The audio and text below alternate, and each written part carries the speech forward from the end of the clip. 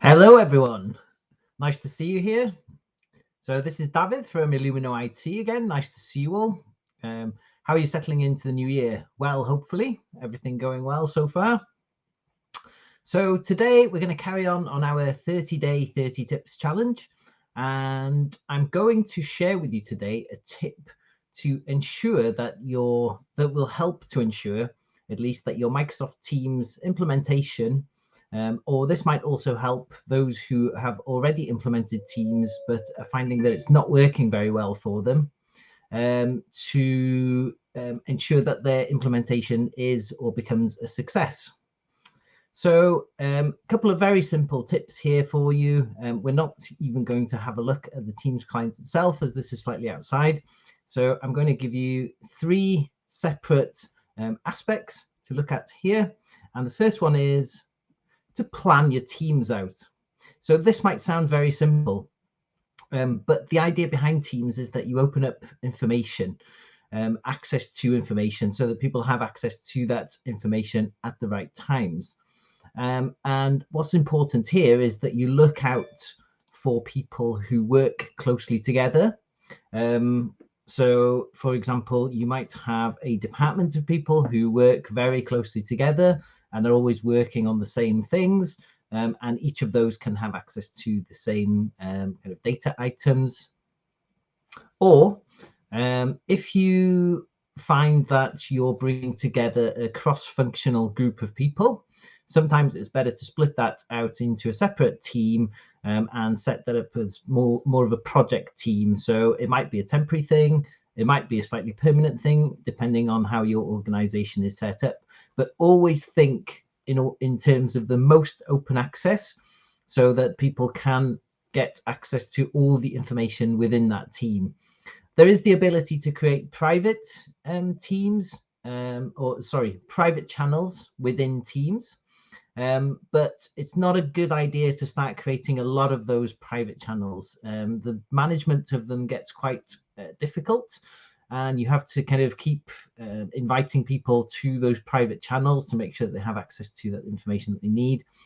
So it's much better to try and keep it as a flat structure if possible. Just kind of reiterate that the idea really behind Teams is not to have to hide information, not to have to actually kind of go to lengths to actually remove access from certain people within the team.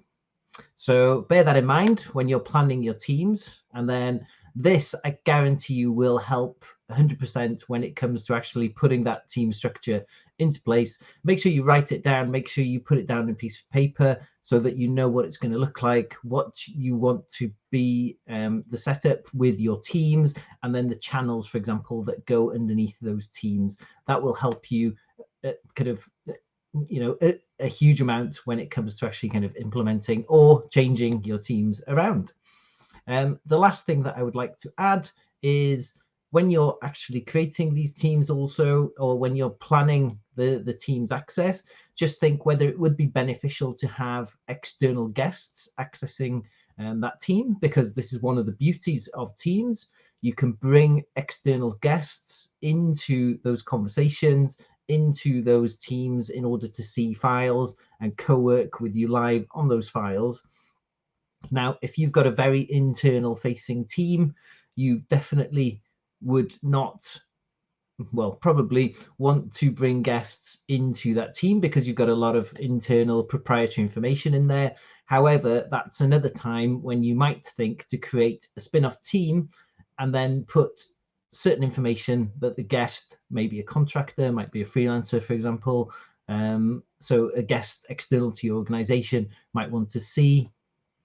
And that will mean that you can bring that person in, they can co-work with you and your team in your environment, and it means that they can see information as is updated, you can see information as they update it, and you definitely get away from all that kind of asynchronous sending of email, waiting for an email to come back, losing track of documents, etc. So think of access for guests when you're planning these teams as well, and whether it makes sense to spin off a team so that a guest can come in and co-work. There we go. So that is today's tip. short and sweet. I would just like to take this opportunity to share our website with you. So we have blogs on there. Sign up for our kind of list in order to get additional tips like these in your inbox. You can see the site there. So it's just here scrolling across the bottom of the screen now. Bear with me. So it's just there scrolling across the bottom of the screen. There's information there for you, hopefully useful information in terms of Microsoft 365, information technology in general. And yeah, we'll hope to be able to communicate with you soon, and we'll be back for another tip tomorrow.